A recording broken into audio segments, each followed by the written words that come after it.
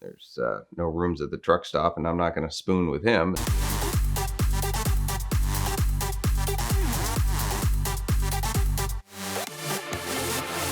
The first car I learned how to flip was the Vesuvius Orange Range Rover Sport.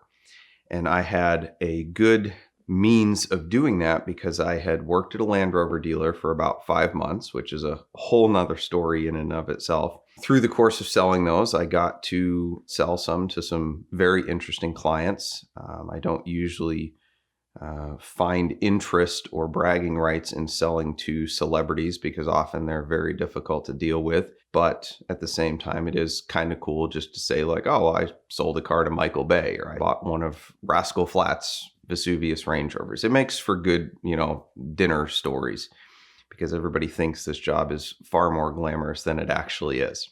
Along those lines, I was contacted by the soon-to-be ex-wife of one of Aerosmith's guitarists, and she wanted a Vesuvius Orange Range Rover Sport. Not for him. She was really into cars, and I can't remember what else she had, but she had a couple other sports cars as well. And she wanted to trade in a Porsche Cayenne Turbo. So I had an incoming allocation and lined her up for that one. So I had to get the Cayenne Turbo from New York back to the dealer in Ohio so then they could sell it to their wholesaler who spent time in Ohio and Arizona. But I think ultimately he was going to Arizona. But I didn't make enough money on the wholesale end of it to account for shipping back to Ohio.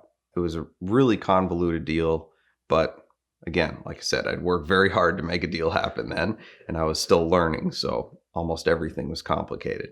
So I decided, since I really had nothing better to do, that I would meet the trucker, since he was coming through Ohio on his way to New York, and ride with him to New York to deliver the car, and then just drive the Cayenne Turbo back.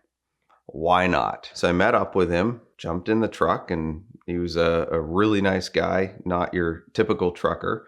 We're riding along. I'm thinking this will be an easy trip. It's like 7 hours to New York, no big deal. Grab a hotel room, come back with a Cayenne Turbo. Well, because of his hours restrictions, he had to stop about halfway at a truck stop and spend the night.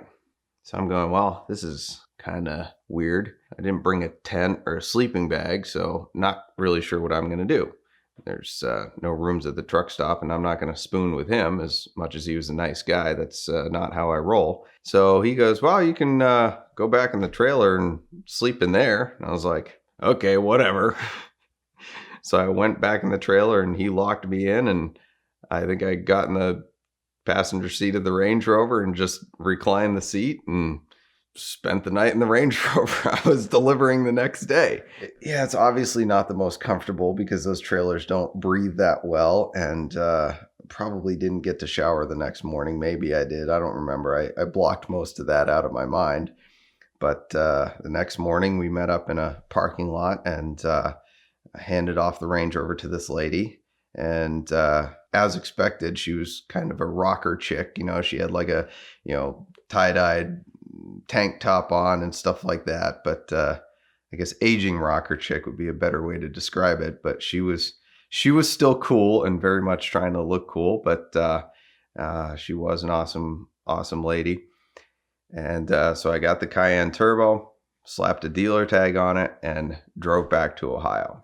And of course, back then, also being new to the business, I was sharing somebody else's license and things like that. I didn't have my own facility yet and still learning the ropes. And looking back, I'm not entirely sure if I was properly insured to drive that Cayenne Turbo back, / I may not have been insured at all. And again, not something I want to brag about, and certainly not a risk I'd take today.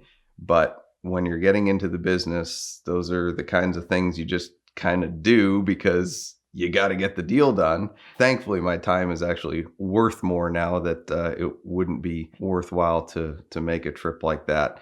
But it certainly was a good adventure. I wouldn't trade many of those experiences for anything, although I guess I would trade some of them for the money that they cost me. But I guess that's how you learn the ropes and get good at the business. As much as I have a soft spot for the original Range Rover Sport and Sport Supercharged, and I would really love to own a Vesuvius Orange one for the sake of nostalgia. And a little while ago, I actually got the itch to find one because I needed a tow vehicle to replace my Touareg because I was scared that a high mileage Volkswagen might get me in the maintenance department. So yeah, let's get an old Range Rover.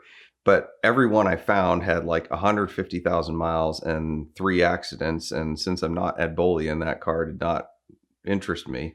So I was looking for a real pristine one. So if a low mileage one comes along that's in perfect shape, I might buy it and swap it for coilovers. But since I already have Seascape, that probably isn't in my near future.